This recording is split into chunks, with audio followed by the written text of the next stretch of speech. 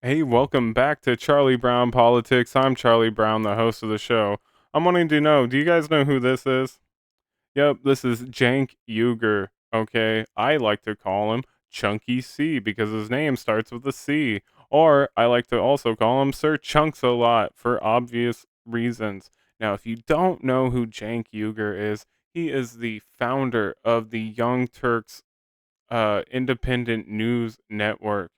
And I say independent with a grain of salt, with some quotation marks, because this news network is funded by a billionaire. Now, the Young Turks is also supposed to be a progressive voice, but they're not. All they do is talk about the same talking points that CNN and MSNBC spew out all the time. Now, why am I bringing up Cenk Uygur, aka Sir Chunks a lot? He recently went on Piers Morgan's YouTube channel to discuss the topic that we have all been talking about for the past 2 weeks. And am I talking about sunscreen? No, AOC, I am not. I am talking about Israel and Palestine. Now, he's going to go on this show and he's going to put out this outrage for the Palestinian people. But I'm here to question his motives and call out some of his hypocrisy and just show you guys a few clips for that. So let's get into this first clip and react. Well, joining me now to discuss this is the founder of the world's most influential progressive online channel, The Young Turks, a Democratic presidential hopeful. And that's Cenk Uygur. Cenk, great to have you on the program. Thank you very much indeed for joining me. I've been following your tweets with interest this week. You've been getting increasingly angry, I think it'd be fair to say. You said, I'm now enormously frustrated by US and Israeli government's barbaric acts in Gaza. I will not be shy in sharing that opinion on Piers Morgan's show today. Why are you so frustrated?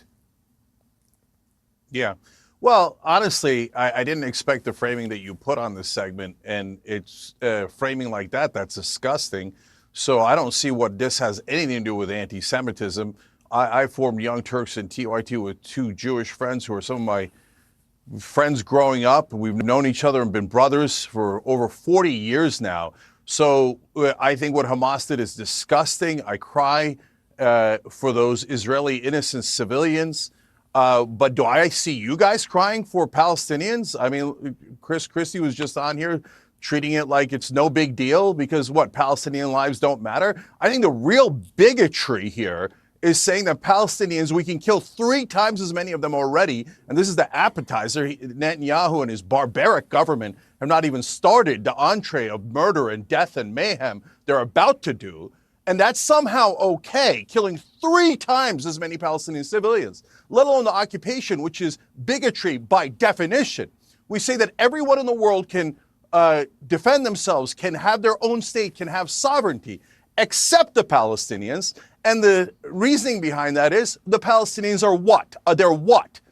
The idea is that they are savages and that Muslims are too violent and cannot control themselves, so they must be occupied for 56 brutal, disgusting years. So I've had enough of the bigotry against Muslims and Palestinians, and I need you to speak out against that instead of covering every outrageous, atrocious action of the right-wing government of Israel and go, oh, it's anti-Semitism. No. And so, yeah, we're going to stop it just for a second. Cenk, aka Sir Chunks a lot, is showing a lot of outrage right now for the Palestinian people. But I have to point out some of the hypocrisy, okay? He is somebody that supports and votes for Joe Biden and for anybody on the Democratic Party. And guess who's one of the biggest supporters of Israel, the biggest funders of Israel? Guess who's been supporting or giving money and weapons to Israel? Well, it's the Democrats. It's also the Republicans as well, yes. But I just want to point out that hypocrisy at first. And so let's continue. And there is global anti-Semitism. There's anti-Semitism here in this country. 2 synagogues were shot up, Pittsburgh and in Southern California. We fight against that all the time. But then whenever Israel is criticized, people go, oh no, it's anti-Semitism. No, there's real anti-Semitism. Okay, Cenk, let And me respond. instead of attacking that, all you guys ever do is hide behind the veil of anti-Semitism. Do you know why Palestinians might not like Israelis? Because they've been oppressed for 56 straight years. I hear you. I hear you. And let me respond. A, I'm not you guys. I don't think I fit into any neat fit on this issue at all. B, I've actually covered this story, I think, more fairly than most people. I've had many pro-Palestinian voices I've given a huge platform for. They've been getting enormous audiences, from Bassem Youssef to others. And I've done that quite deliberately because I think these voices are important to be heard, including yours.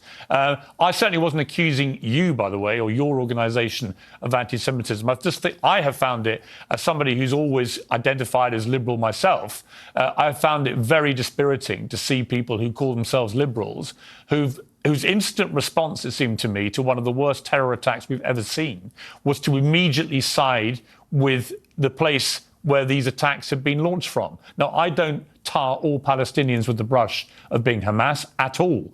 And in fact, the sooner Hamas are out of there, the better for the Palestinian people and the world. But I just think the only human response you can have is, as you did, by the way, to your credit, is it was disgusting what happened on October the 7th. Now, the question then becomes, what is a proportionate... And let me point out also that this seems to be the virtue signal that all the so-called progressives, like Cenk Uygur and Breaking Points, have to throw out there every time they go on mainstream media. They have to throw out this virtue signal that they condemn Hamas and the actions that Hamas did, and they have to call them terrorist and disgusting.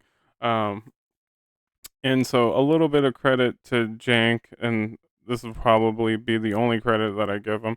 He does call out Israel and call them terrorists as well. But I just want to point out that there seems to be this virtue signal going among these so-called progressives. Response by Israel, not just to the terror attacks of October the 7th, but obviously there is now a huge ongoing escalation in what has been, as you rightly say, a 56-year war, effectively, in varying degrees over that period. All right, and let me stop it real quick. That's where I think I'm there as well.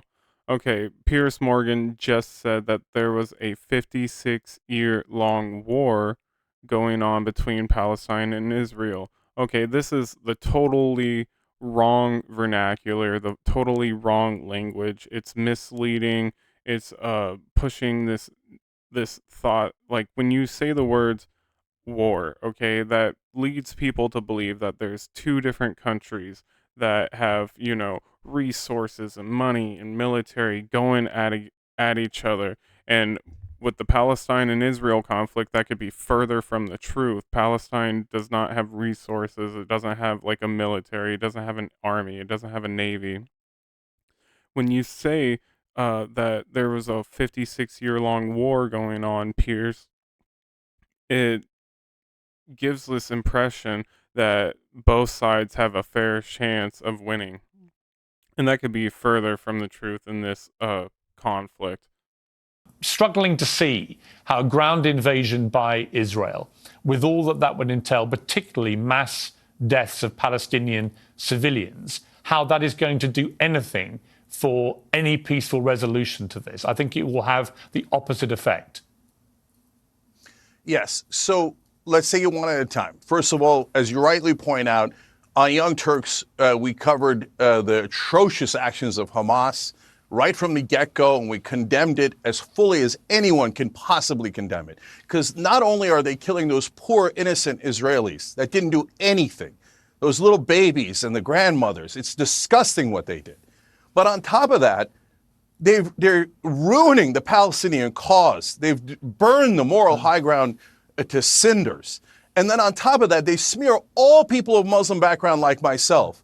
And Okay. I'm going to stop it right there again really quick. And so I want to just point out a few different things.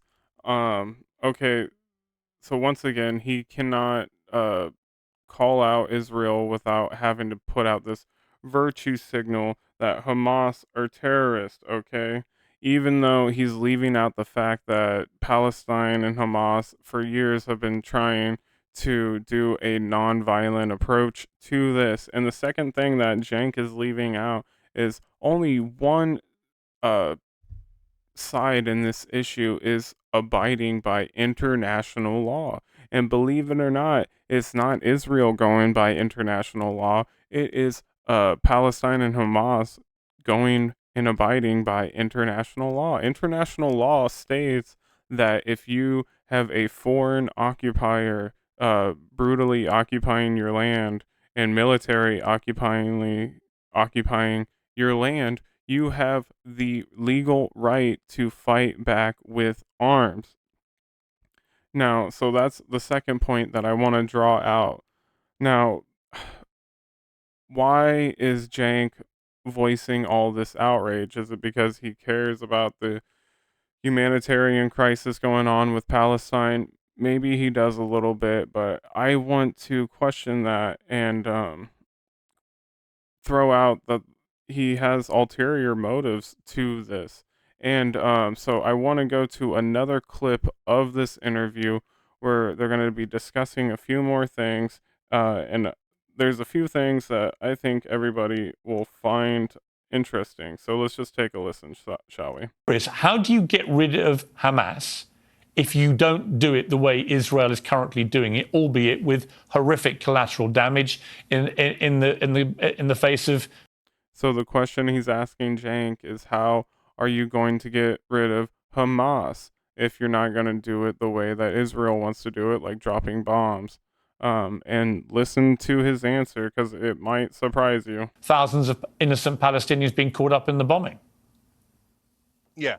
So let me give you a short-term answer, long-term answer. And a lot of people are not going to like these, but these are realistic ways that you minimize civilian casualties. You do what America did with the Osama bin Laden raid. We didn't go drop a nuke on Pakistan. We didn't go destroy 6,000 residential buildings in the middle of Pakistan. We sent in special forces.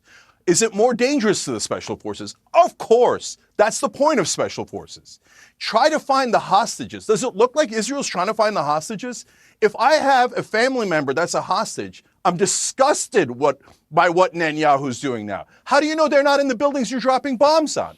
How do you know they're not in the tunnels you're dropping bombs on? How do you know they're not in the hospitals you're dropping bombs on? So if you want the hostages rescued, every rational human being can agree this is not the way to do it. This is the way to do death and destruction for the sake of death and destruction. And so, okay, yeah, I agree with Cenk on one point out of this.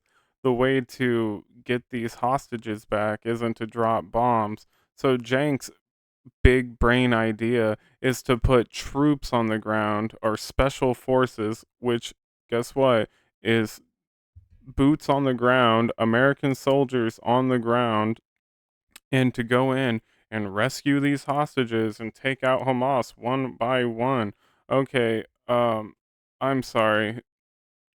Does anybody else see a problem with that?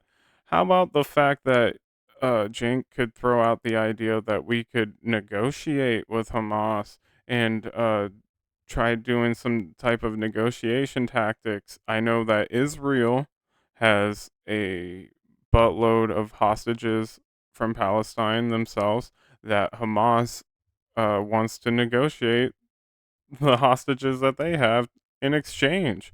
How about peace and détente and talking to one another? So this guy wants to condemn Israel for dropping bombs, but then his grand idea is to go in there and have a bunch of superheroes play cowboy, I guess. Where does he even get this? Now, that is just his first idea, so it gets even crazier, so pay attention. Collective punishment, it's genocide against Palestinians, and the world has to speak out. So my way is not pleasant either. It involves a lot of folks dying on both sides. I understand that. Those are super hard choices. But go find Hamas. When we could just negotiate. Go find the hostages. Go rescue them instead of wantonly, indiscriminately killing after killing. And let's be honest, when you drop a bomb and a kid's head explodes and a grandmother is incinerated, that is terrorism.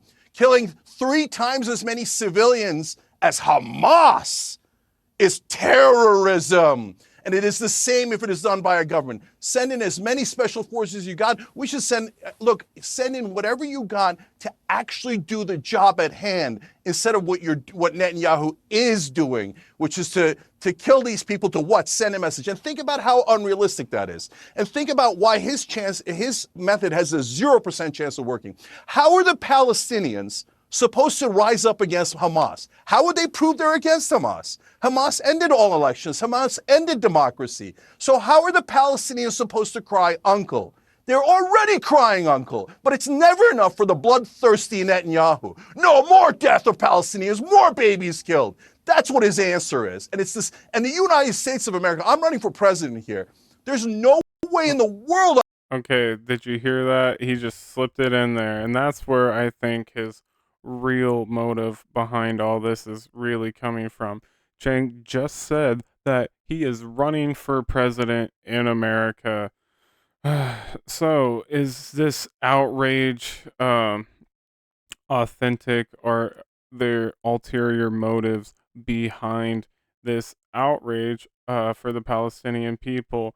So he's running for president, and if you did not know, he's got a new book that's about to come out called "Justice is Coming." Yes, I know, I know.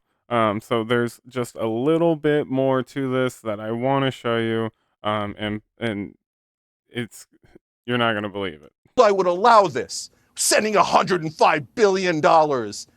And it doesn't even go to Israel, Ukraine, or Taiwan. It goes to the defense contractors that bribe these greedy American politicians and then get most of that money. And so the long-term answer is 1967 borders and the biggest walls you've ever seen in your entire life. And Okay. Did you hear what he just said? So the long-term solution to the Israel and Palestine solution is the 1967 borders and the biggest wall you have ever seen. no one's allowed to cross to either side, but the Palestinians get their state. It is unconscionable for them not to get their state. And if you're a moral person, of course you believe that the Palestinians are not the only people in the world that cannot govern themselves. If you say that, you are being, by definition, bigoted and a racist. We have to have two-state solution immediately. Okay, so that's the part that I had to show you guys. Cenk Uygur's big ideas, okay, to send boots on the ground, and then to have a wall put up and a two-state solution.